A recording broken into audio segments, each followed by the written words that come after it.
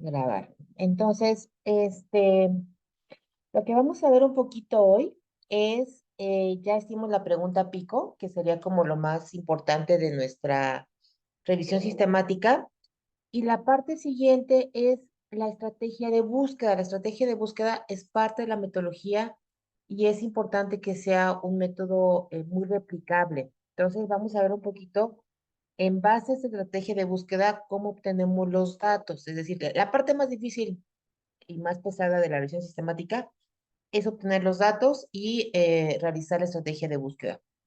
Entonces, mucho de esto es la planificación del proceso de búsqueda y para ello vamos a tener diferentes fuentes de datos. Eh, Todas estas son bibliotecas médicas que generalmente ya todos, digamos que conocemos. Psicoinfo se refiere a artículos que tienen que ver mucho con psicología. Luego vamos a tener búsquedas en buscadores regionales como Lilacs, como Cielo. En México, por ejemplo, Medigraphic tiene todas las revistas de México científicas y de alguna manera están indexadas ahí, aunque el impacto es mucho menor si nuestro interés es buscar información específica de población mexicana, pues finalmente a lo mejor es una buena opción, pero no quiere decir que tengan mucho impacto por la naturaleza de las publicaciones regionales. Y una de las grandes bibliotecas es la Biblioteca de Estados Unidos, que tiene PubMed y Medline al final. Y se ha visto ahorita que el uso de Google Escolar, la verdad es que está siendo muy eficiente también para encontrar artículos. Entonces ya hay artículos de revisiones sistemáticas que mencionan a Google Escolar como fuente de información. Es muy importante porque estas bases de datos, para hacer una revisión sistemática, tenemos que buscar por lo menos en dos o tres bases de datos y mencionarlo. ¿Por qué es importante? Porque queremos que sea la búsqueda lo más exhaustiva posible. Entonces, por ejemplo, podemos poner Cochrane, Escolar, PubMed, Embase, Lilac, Cielo, y eso hay que ponerlo en nuestra estrategia de búsqueda. Entonces, recordamos que tenemos la pregunta pico, participantes, intervención, desenlace, y mucho de esto, ahí está, va a ser con el fin de que tengamos los desenlaces establecidos previamente y el diseño del estudio. Muy importante es que los criterios de selección sean establecidos previo a la búsqueda de artículos, empezar siempre con los dos o tres conceptos más importantes y centrarse en lo más probable a encontrar en el título o en el resumen. Eso nos sirve un poquito de las palabras clave. Entonces tenemos que buscar las palabras clave que sean más frecuentes, que sean más fáciles de encontrar. Y hay veces que por el tipo de estudio que tenemos no vamos a encontrar ensayos clínicos aleatorizados. A lo mejor nuestra búsqueda de revisión sistemática no tiene que ver con eso, sino tiene que ver con una descripción de algo. Y vamos a ver que tenemos entonces una estructura todavía más sencilla de la pregunta pico o picos, incluso la T puede hablar de transparencia, que es la versión PIS, que es participantes, intervención y diseño del estudio. La pregunta PIS es la pregunta más específica, más concreta que podemos realizar y que cualquier estudio va a tener ese acrónimo compuesto. Vamos a ver un ejemplo, por ejemplo, cascos para la prevención de lesiones encefálicas y faciales en ciclistas. Si lo ponemos en forma de PIS, es ciclistas, cascos y ensayos clínicos autorizados. Entonces, esas tres palabras nos van a dar como los estrategias de búsqueda que podemos ya refinar en justo la búsqueda de artículos. Cuando se empezaron a hablar de revisiones sistemáticas y de búsqueda en bibliotecas, a lo mejor a ustedes ya no les tocó, pero había computadoras donde uno tenía que poner exactamente la palabra que buscaba y poner operadores booleanos. Los operadores booleanos son operadores que se utilizaban en programación para cuando buscabas dos palabras o querías que dos campos semánticos no se juntaran, entonces tenías como opciones de or, and o not. Or quiere decir que cuando agregas eso a la estrategia de búsqueda, va a buscar mucho los artículos que tienen el término A y el término B, o, y eso es una búsqueda muy amplia. Cuando ponemos y, va a excluir los que mencionen uno u otro y solo se van a quedar con los que incluyan los dos. Y finalmente, el comando not va a hacer que los artículos que tengan cierto tipo de población no nos aparezcan. Les soy sincera, la mayor parte de los buscadores ya de artículos científicos usan motores de inteligencia artificial predictivos y la verdad es que o sea, todavía están ahí, ahorita vamos a ver cómo aparecen en PubMed, pero finalmente yo creo que la tendencia va a ser que utilice métodos predictivos más que operadores booleanos, ¿no? Que son datos correlacionales. Y tiene mucho que ver con el manejo, documentación y reporte de la búsqueda.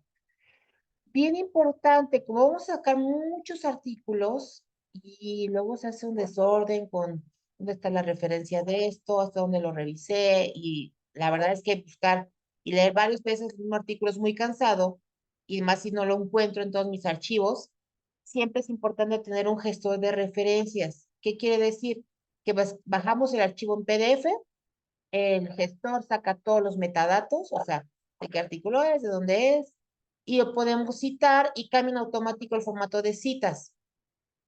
Esto nos va a ayudar a poder manejar la información ya cuando hagamos la revisión sistemática y no sufrir tanto en de dónde aparece este artículo y ahora dónde está el documento original. Eh, todas las fuentes que pienso revisar tienen que venir mencionadas en el protocolo de búsqueda. Tengo que poner los límites que pienso utilizar, incluir la estrategia de búsqueda, también los términos y cualquier otra fuente distinta de las bases de datos. Por ejemplo, si busco tesis que tengan que ver con ese tema, ahí también agrego los datos y las tesis que tengan que ver con el tema que estoy agregando. Si pongo congresos, también tengo que ponerlo como literatura gris, búsqueda en congresos, en ensayos clínicos, en registro de protocolos relatorizados y buscar tomando en cuenta el diseño del estudio. Por ejemplo, si tengo estudios que son ensayos clínicos aleatorizados, pues a lo mejor no voy a buscar solamente revisiones narrativas, ¿no? Entonces, pues no voy a encontrar hallazgos de lo que yo quiero. Entonces, la parte más difícil o más fácil es el formulario de datos. ¿Por qué digo que es la más fácil?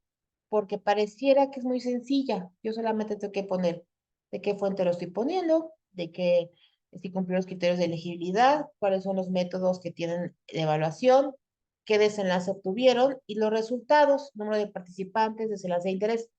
De este cuadrito, que es un formulario de datos, voy a obtener los datos para mi revisión sistemática. Y de aquí voy a obtener los datos para el metaanálisis si me da. Y no les cuento la complicación que es que tomes mal los datos y luego vuelvas a tener que sacarlos otra vez del artículo y releer otra vez todo. Entonces, en realidad, nuestra fuente de trabajo son los formularios de datos, no los artículos. Los artículos son el origen, pero ya que obtenemos la información, nosotros vamos a trabajar con formularios, ¿no? Ahorita les enseño un formulario que tiene Cochrane. Yo la verdad es que este, un formulario de Excel que tiene que ver con que podamos como trabajarlo en conjunto. Y muchos de los datos generalmente se van a obtener de los artículos.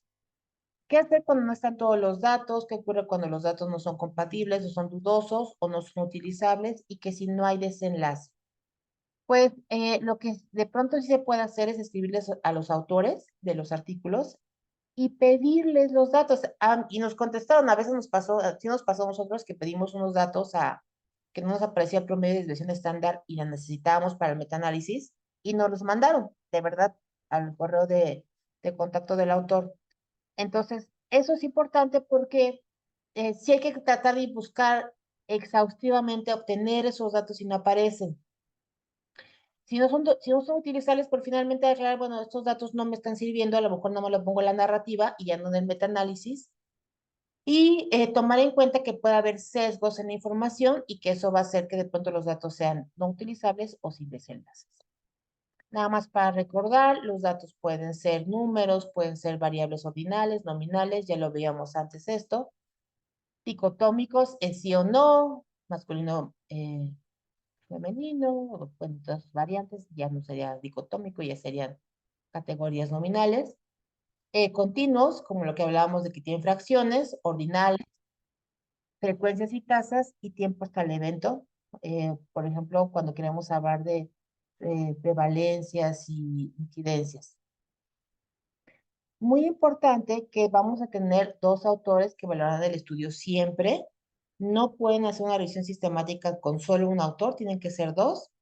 El proceso de evaluación vamos a hacerlo siempre con cribado de resumen y texto completo. ¿Eso qué quiere decir?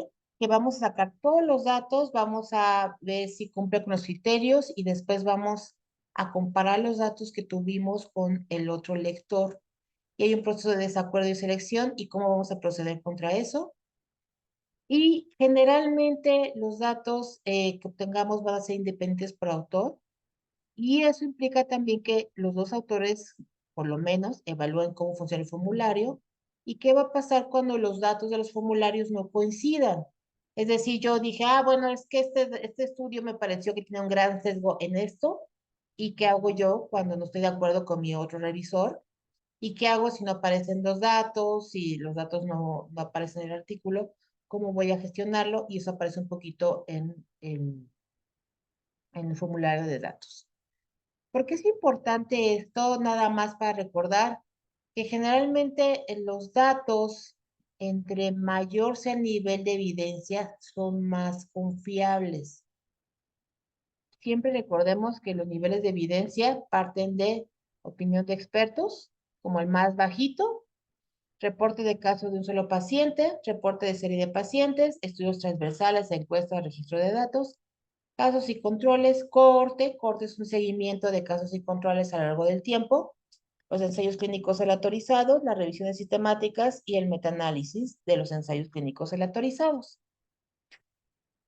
¿Por qué es importante esto? Porque finalmente la evidencia que tengamos de metaanálisis de ensayos clínicos aleatorizados es más alta que la opinión de expertos, pero requiere mayor control sobre error, confusión y sesgo. Es decir, yo tengo estudios que son inadecuados, el metaanálisis también va a ser inadecuado.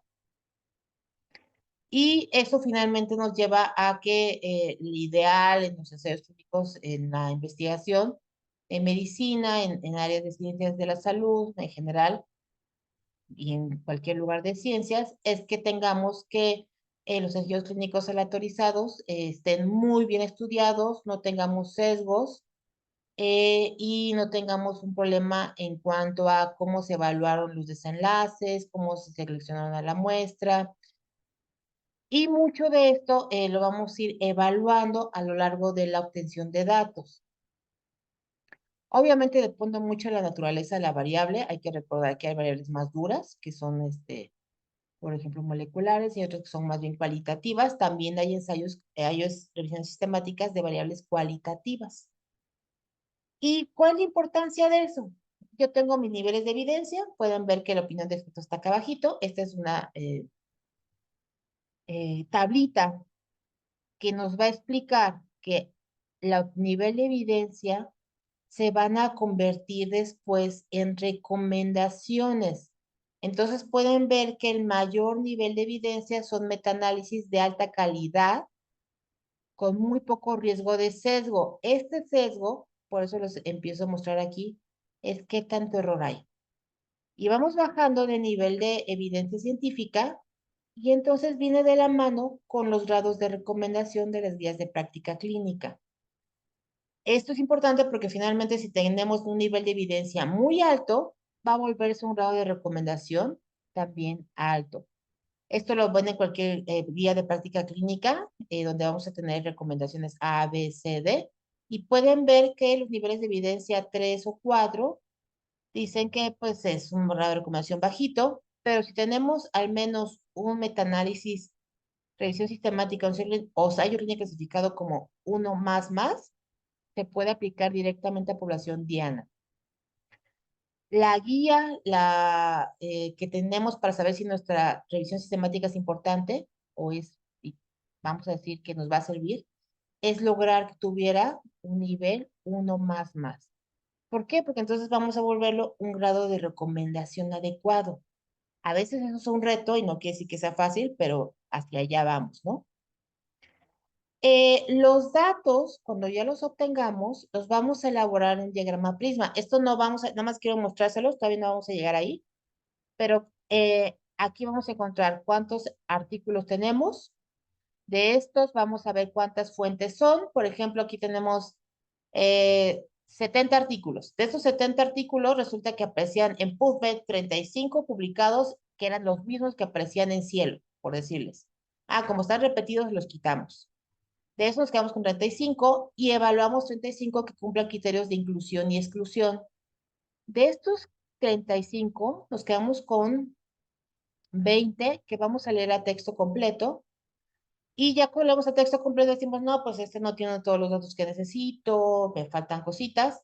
Y al final yo me quedo a lo mejor con un número mucho menor. Esta es el flujo de cómo vamos a manejar con cuántos artículos nos quedamos. El diagrama Prisma siempre tiene que aparecer en un artículo de revisión sistemática. Siempre, siempre hay que hacerlo. Y muy importante, los sesgos tienen que ver con la precisión para medir los resultados. Si yo mido de manera imprecisa, de manera inconsistente, los resultados no son confiables, así sea ensayo clínico aleatorizado. Hay sesgos que son de cada tipo de estudio. Podemos hablar de que los sesgos que están más establecidos, más evaluados, son los ensayos clínicos aleatorizados, donde yo tengo que, por necesidad, la asignación tiene que ser aleatoria y lo tiene que decir el artículo, es muy importante. Tiene que ser la maniobra encubierta, o sea que no tienen que saber qué maniobra van a recibir cada uno de los grupos. Puede ser cegada, quiere decir que yo no sé qué maniobra recibo durante la intervención y también que el que evalúa no sabe qué maniobra está recibiendo, ese es un doble ciego.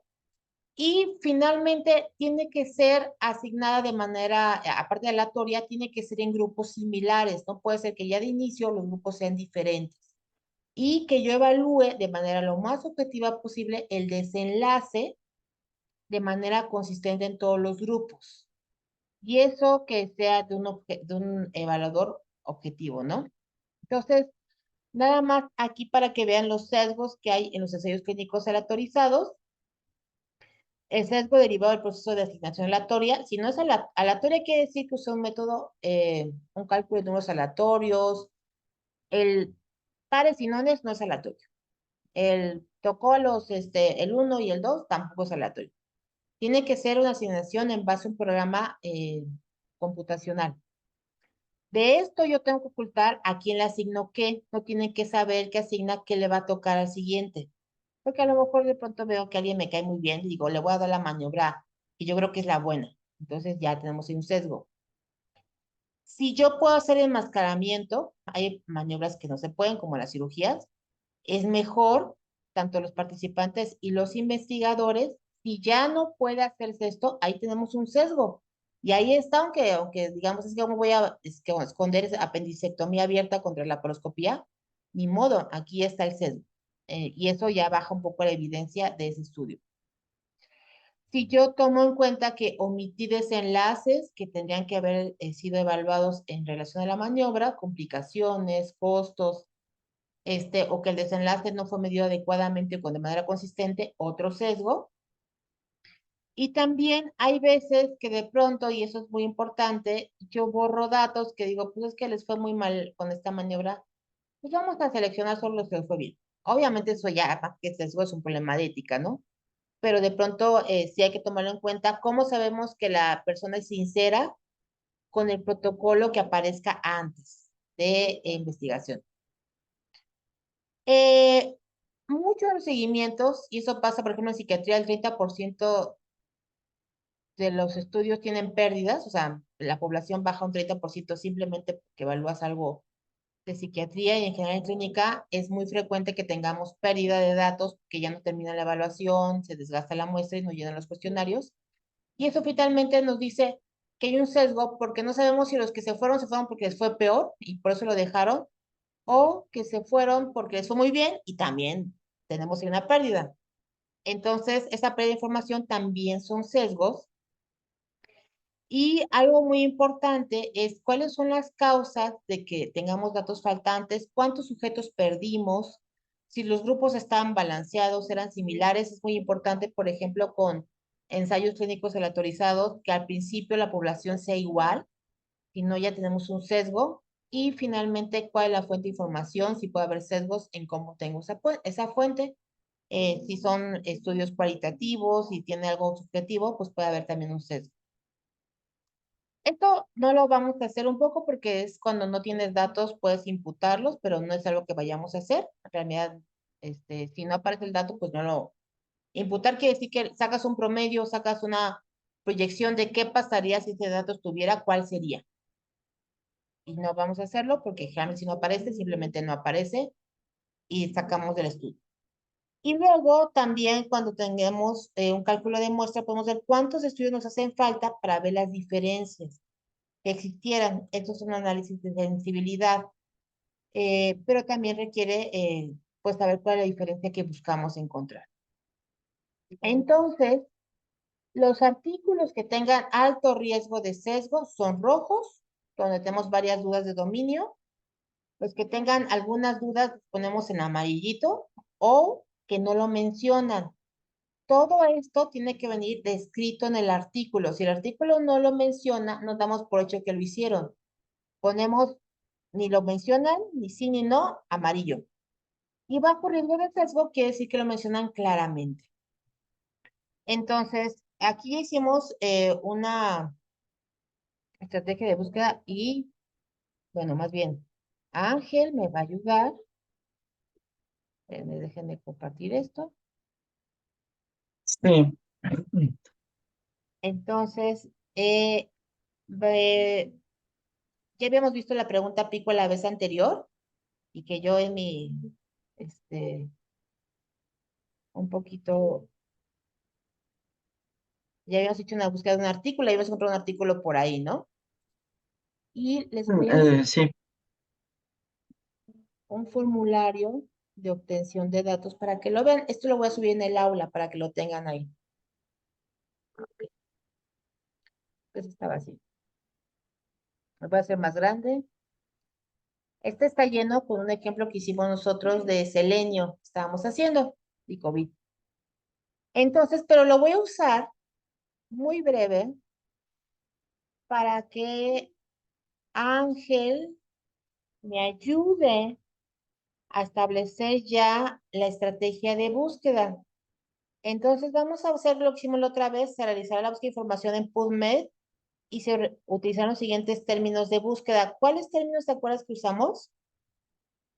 Es, sí, podríamos utilizar psicodélicos, Ajá, eh, psilocibina, ajá, eh, depresión ajá, y bueno, aquí dentro de los psicodélicos podríamos incluir pues LSD, ayahuasca eh, y DMT, que son como los psicodélicos clásicos. Y que bueno, finalmente es como parte de si incluimos todos esos o nos enfocamos únicamente en la psilocibina, ¿no?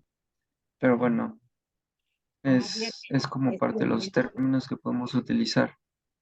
sí, es el momento de tomar ¿Y decisiones. ¿Vas a incluir todos o solo la cómo? psilocibina? ¿Vas a incluir todos o solo la psilocibina?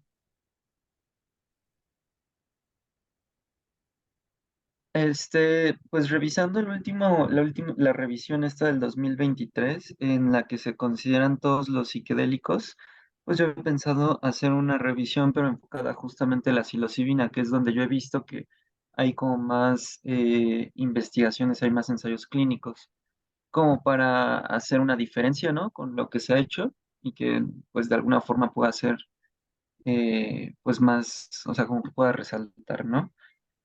Porque pues justamente la revisión del 2000 que se acaba de hacer en 2023 incluye todos esos, pero no se enfoca en la psilocibina. Entonces, Había pensado enfocarlo en la psilocibina y enfocarlo justamente en la depresión. Y Nada más en la depresión, porque la revisión que había visto es como que enfocada también a trastornos relacionados con situaciones que generan estrés, diagnósticos terminales, etcétera. Entonces, si lo enfocamos únicamente a la depresión, a lo mejor podríamos, yo creo que se podría, bueno, o sea, podríamos tener como ahí algo que sea diferente, ¿no? ¿te gustaría Em, algún tipo de prueba para evaluar depresión? Sí, pues de los artículos que he revisado, los ensayos clínicos se evalúan pues escalas pues para la evaluación de la depresión validadas internacionalmente, puede ser la BEC, puede ser la Hamilton, puede ser, o sea, yo pongo así como validadas internacionalmente porque pues he visto que se utilizan varias, que no hay una en específico. La de Montgomery Asberg también he visto que lo utilizan, entonces son varias.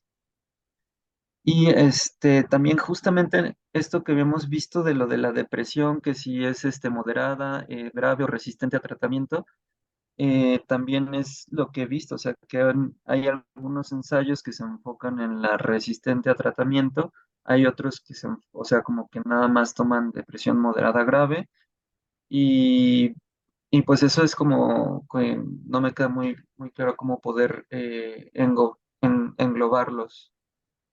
Em, Porque justamente depresión resistente a tratamiento, pues comparado con el tratamiento estándar sería que ya hayan tenido dos ensayos terapéuticos con un ISRS, ¿no? Claro. Y si fuera una depresión grave, pues nada más sería al menos, pues, o sea, un ISRS. Entonces ahí como que, digo, a mí me gustaría incluir ambos grupos, ¿no? O sea, tanto depresión resistente como depresión moderada grave. Pero pues teniendo en consideración que el tratamiento estándar ahí es con. Pues sí, es básicamente ISRS, pero lo que cambia pues es cuántas veces, ¿no? Pues la falla terapéutica. Ok. Y está bien, justo lo estamos, tú puedes hacer lo que quieras en el sentido de que puedes incluirlos. Lo único que hay que en este momento definir es cómo, bueno, no en este momento, pero definir cómo operacionalizas eso. ¿Por qué? Porque cuando hagamos ahorita la búsqueda de esto, vamos a poner Ajá, como límites de búsqueda. Y si no ajá, aparece, se va. ok, Y ahí es donde dices, ay, pero ese está bonito, yo quería ese artículo, pero pues no cumple con sí, una escala validada y no cumple ok, criterios. Y ahí es donde sí, entramos. Entonces, perfecto. como una metodología breve de la estrategia de búsqueda, esta sería la primera parte, si te fijas, lo puse aquí, es estrategia de Ajá, búsqueda. Es una descripción como narrativa. Ahora, me voy a ir a PubMed y vamos a ver cómo podemos copiar cuál estrategia de búsqueda usamos. Entonces, voy a irme a PubMed,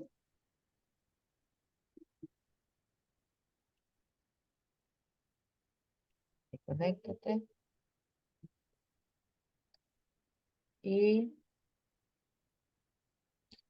vamos a poner un poquito, lo voy a poner aquí en PubMed nada más, está cargando.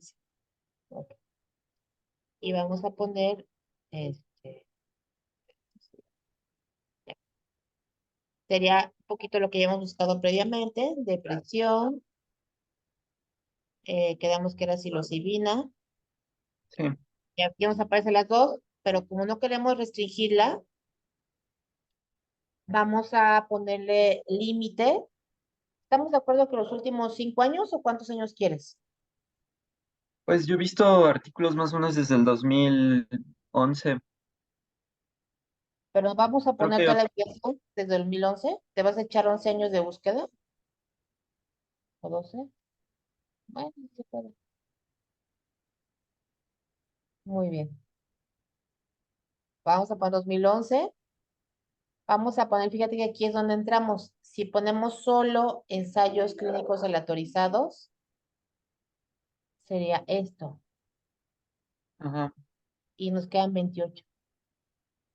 Luego vamos a poner filtros adicionales. y que sea, estamos de acuerdo en humanos, ¿no?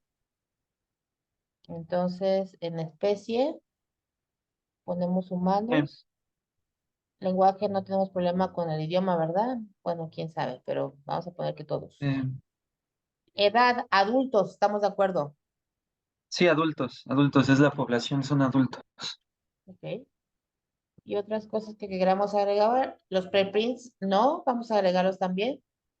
Y ya con esto nos quedamos igual con 28. Ah, no, perdón, es que necesito agregarlos. Este y que sean humanos.